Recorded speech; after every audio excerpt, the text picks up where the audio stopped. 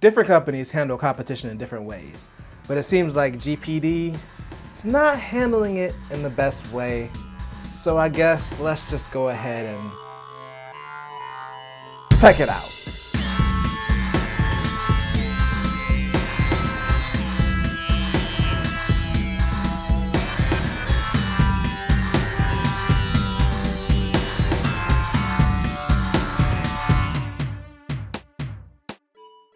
Welcome to Mike Texts It Out. I'm Mike and I am here to talk about Gamepad Digital, also known as GPD for short. This video is primarily going to be focused on GPD and their response to the Steam Deck. As you may know, I recently got the GPD Win 3. I got it used on eBay, did an unboxing and a review for it, and I really love this device. But a few weeks ago, I was doing a live stream. Right before that live stream, I saw some kind of negative stuff about the way GPD was handling their competition with Valve and the Steam Deck. I really didn't have that much time to look into it at the time. So now I've looked into it and I want to come back and talk about it because I think it's important, especially with me having this product, and I'll probably continue to talk about this product on my channel, to also look at some of the negative aspects of this company. But to be honest, I really didn't even know a lot about GPD. I had heard of the Win, of course, but not really much about the company. So let's start with their website and see what they say this company is all about. About us, GPD company focused on developing high quality of Windows Mini laptop, UMPC, and Android handheld game console since 2013. With our efforts and the trust from our customers, we have established a deep and long partnership with many overseas distributors around the world. We proudly share 80% of the target market. The 80% part I'm not sure about, but yeah, basically they said they focus on making mini PCs and Android handheld gaming tablets. That's pretty much what they do. Now let's have a look at their mission statement at the bottom. There's 4 parts to it. So 1 is to provide high quality state-of-the-art products with world-class technology. 2, supply high quality goods at competitive prices. 3, arranging prompt and cost-effective delivery. And 4, aiming at high customer service satisfaction. So obviously there's an issue with this mission statement now that Valve is here, which is supplying high quality goods at competitive prices. So before, when it was just like GPD and AyaNeo and the 1X player, they're all around the $1,000 price range. So they were competitive price wise, and they do offer a somewhat high quality product. Like, this is built really well. It's just got some questionable issues, like with the thumbsticks falling off, like I mentioned before, and the triggers don't feel like they might last forever. But everything else is pretty high quality, especially like the sliding mechanism. But again, I'm not really here to talk about this. I'm here to talk about the company. So what I gathered overall from that is I could see them being slightly embarrassed by the mission statement, because there's no way that they can compete with a $400 Steam Deck. Even if they can outperform the Steam Deck, it's still going to be significantly more, because obviously Valve was willing to take a loss. But all that stuff's fine. There's really nothing wrong with their company bio or their mission statement.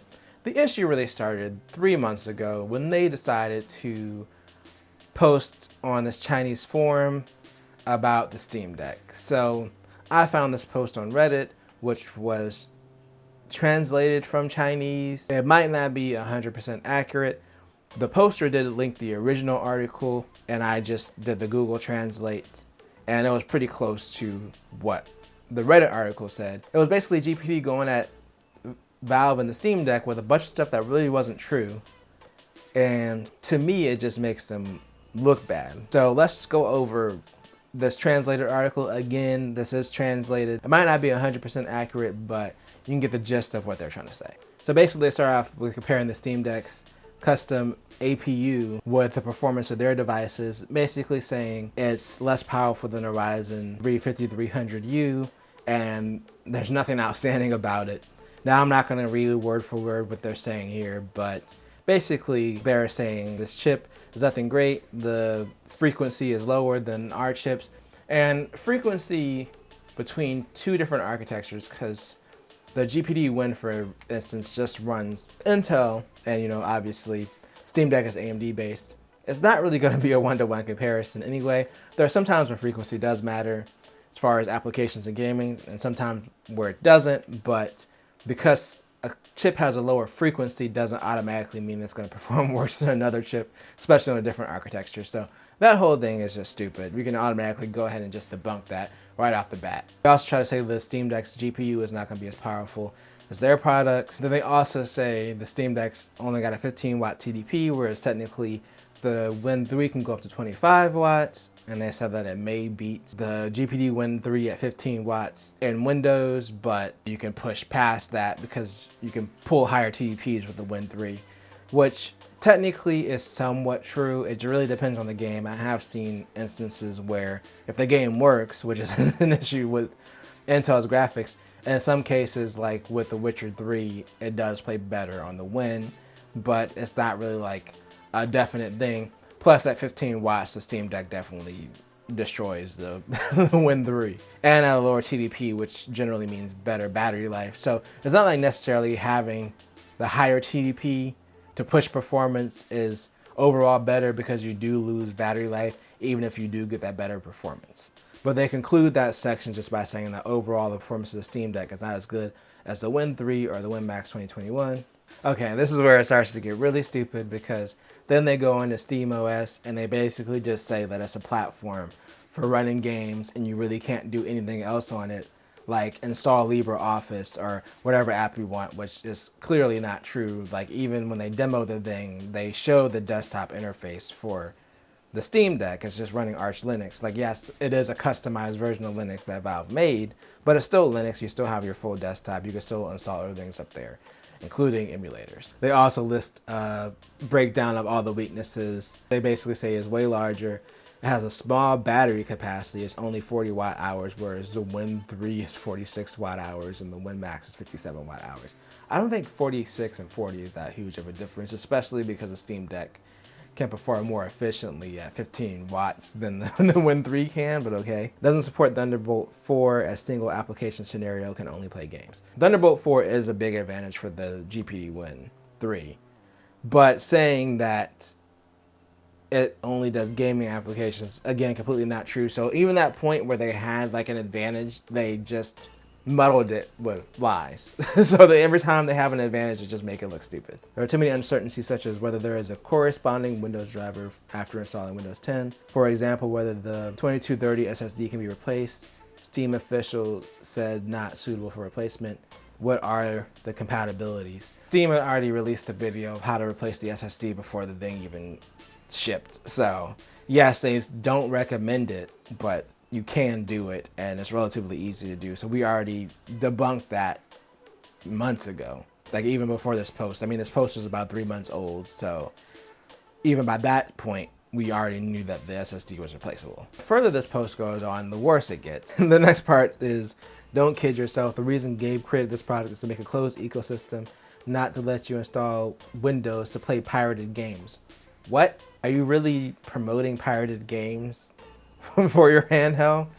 I don't think that's really the best way to not get sued by console makers. I mean, they're a relatively small company, so a lot of this stuff probably goes unnoticed. It was actually kind of hard to even find this post, so I think that they kind of slip under the radar by being a smaller company, obviously, and selling a niche product, but it's definitely not something that you want to promote, like saying that your platform is better for pirated games.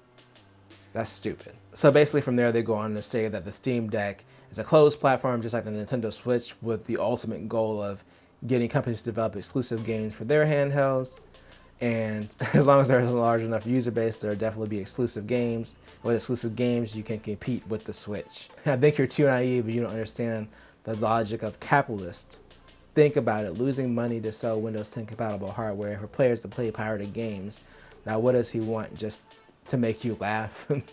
No capitalist will lose money to make money. In the end, it's called a Steam Deck.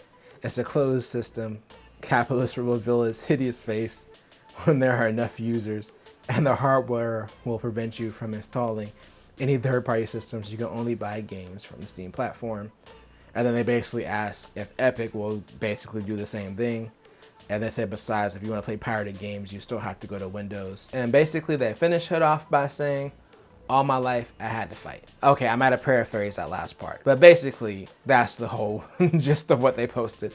And it's a lot. There's a lot of misinformation, a lot of stupid things that they said, a lot of things that are clearly untrue about the Steam Deck. And I don't think they had to go that route at all. Like, this whole thing was completely unnecessary. All they really had to do is just continue to highlight the things that they do better that makes their devices unique. And obviously we know that the Steam Deck is not a closed platform.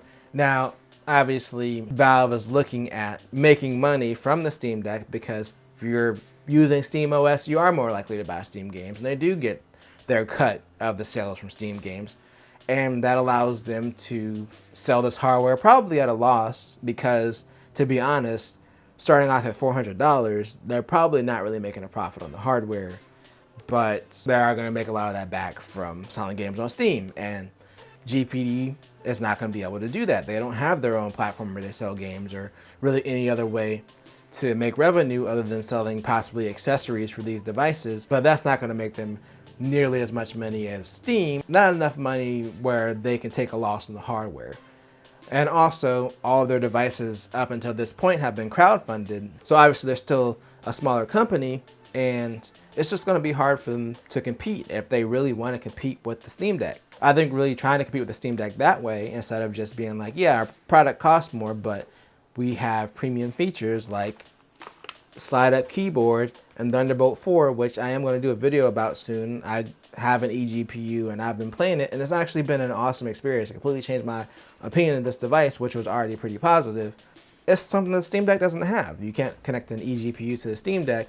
I mean, you can. Someone did a video about it where they connected it in a very janky way using the SSD slot and essentially making it not really a handheld anymore because you had to have this ribbon cable connected to the SSD slot. It was a whole thing. It was a pretty cool video though.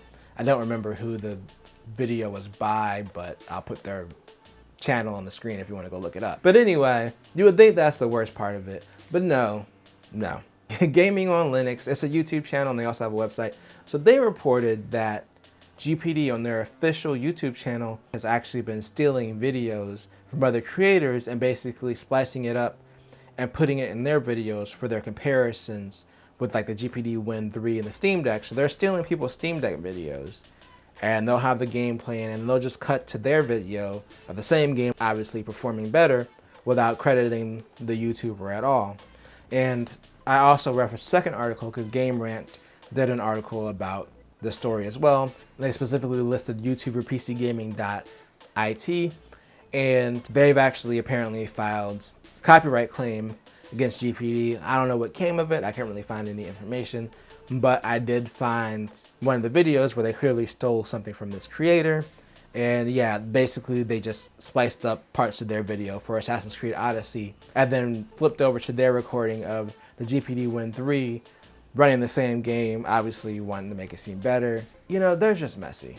The whole thing is messy. By posting things about a company and a device that can easily be fact-checked is one thing, but literally stealing videos from YouTubers and not crediting them for a product that's not even yours, just so you can do a comparison, an out-of-context comparison, and try to make your product look better. So they're just completely ruining their reputation right now.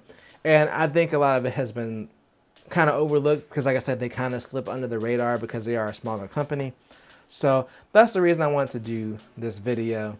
And you would think like, oh, maybe their competition like AyaNeo, you know, is in the same boat. But no, they're actually focused on making new products. They just came out with the AyaNeo Next. They've announced the AyaNeo Air, which is going to have an OLED screen. So that's super exciting, like a Windows handheld with an OLED screen. So they're focusing on making new and better products that, you know, are going to do things the Steam Deck can't do, offer better quality screens, offer a Windows experience that the Steam Deck does not do well. Logically, that's what you want to do. Like even in the scenarios where your devices can outperform the Steam Deck, the performance difference is not going to be worth $600 extra. So going there as far as performance is not the way to go. If I were them, I would just focus on highlighting what makes my device unique. And there's a lot of things that I find very cool about this particular device. As far as me personally, I bought this used. So for one, I really didn't give the company any money, except for this case. I did buy their official case. I don't know how much of the profit goes back to them because it was like a third-party seller on Amazon. But aside from the 30 bucks I gave them for this case, technically the money I spent went to a person that already purchased this. So personally, I don't really feel bad about buying it, especially buying it used.